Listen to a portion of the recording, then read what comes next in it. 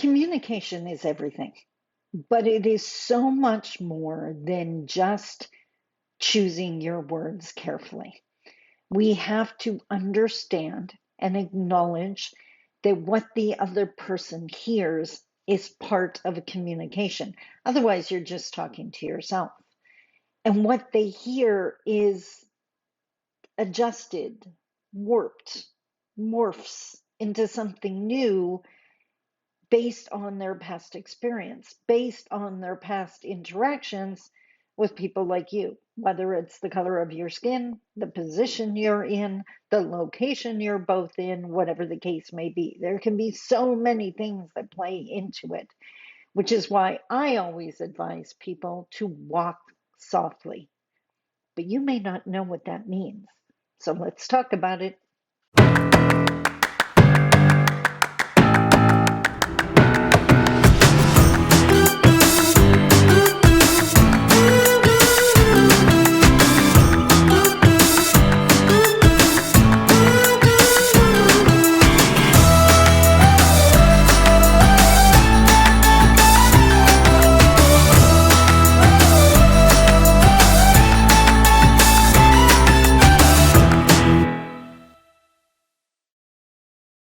Bonjour.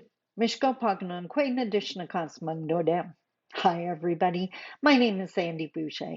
I'm Red Thunderbolt Woman of the Loon Clan, a proud member of Seine River First Nation in Treaty 3 territory in Northern Ontario, and today I wanted to talk about walking softly. So, this is a phrase I've used for years to describe that careful communication with each other. But it really was highlighted for me. This is several years ago now. I'm going to say probably 10 years ago now, when I went for a walk in my favorite location here in the city I live in. We have a man made lake, and you can walk around the lake. It's like a 5 kilometer walk. It's very picturesque and beautiful and relaxing. You get an exercise and rejuvenate, lots of green space.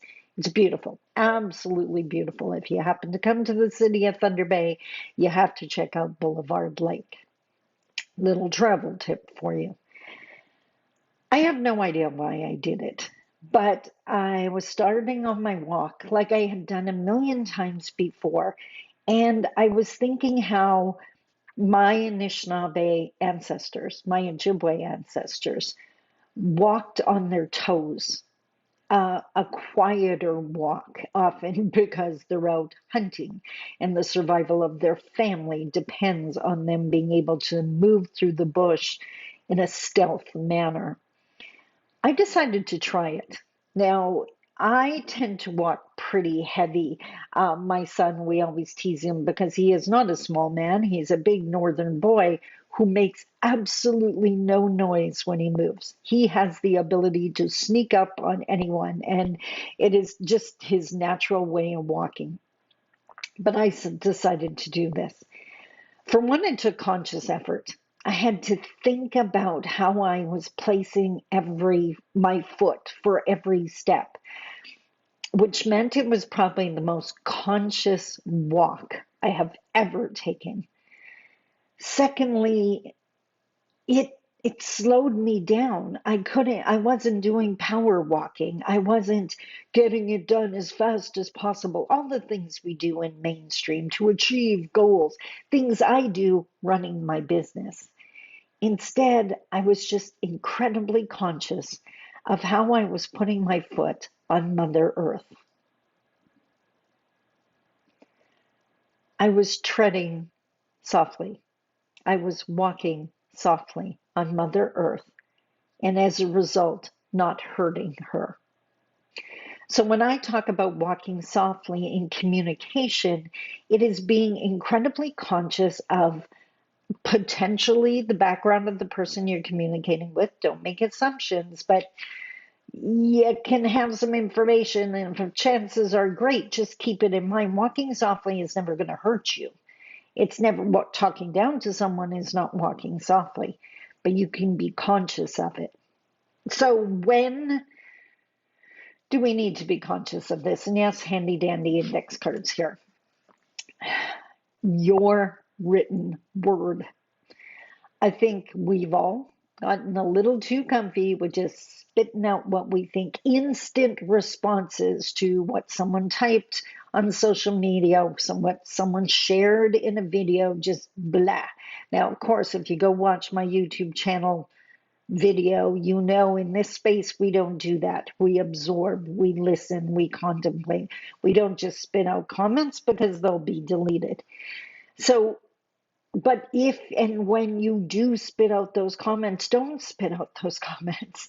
Walk softly. Choose carefully your words before you hit send. Reread it.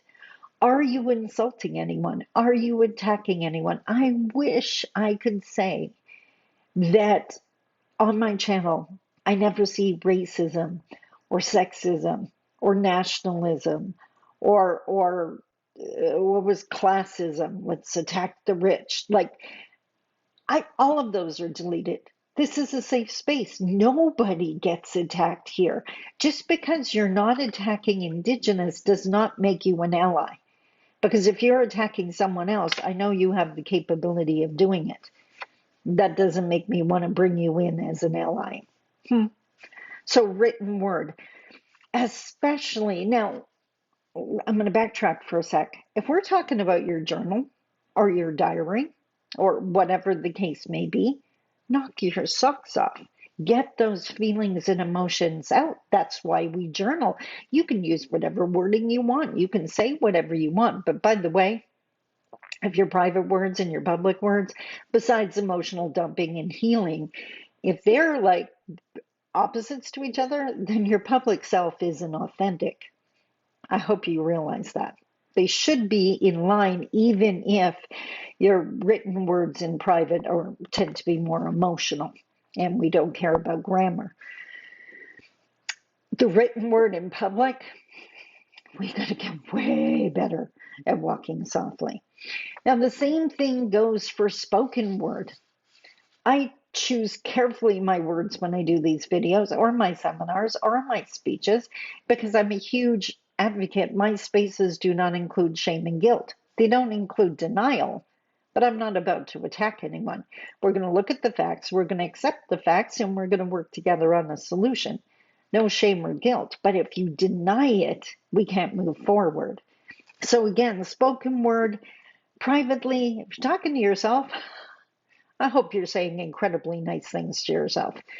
Speaking in public, again, let's walk softly. Remember that silence. I want you to choose your words carefully, but I don't want you to stay silent when you come up against an oppressor, when you come up against racism or sexism or nationalism or classism or because silence is acceptance, which means you're accepting a society that allows those things. And by the way, if anyone wants to scream freedom of speech at me right now, for one, it's different in Canada. For two, it's not freedom from consequences. I say it all the time. You say something stupid to me, you're going to deal with the consequence. That's what comes. You want to say just whatever, deal with the consequences. But for those that overhear those comments, I need you to realize that silence always benefits the oppressor. You cannot be an ally if you are not saying something. Then it's performative. You're just saying you're an ally. It's a name tag. It's not a fact. And we need way more people speaking up because white silence is a thing and we're dying because of it. So use your voice whenever you can, but walk softly. You do not need to attack the person that said something horrific. You can just say, not in my city. Sorry, that's disrespectful, that's rude, and I don't want to hear that. That's not attacking, that's I statements, but it makes a point and might even encourage someone else to speak up. So now in future videos, if you hear me saying walking softly, now you know. I hope you enjoyed this member only video where you get those extra tips and tricks and clues. Why? Because I love that you're in my membership. And if I can support you, I am so going to do that. Until next week's members only video, tomorrow's daily video, I love you. Take care. Bye bye.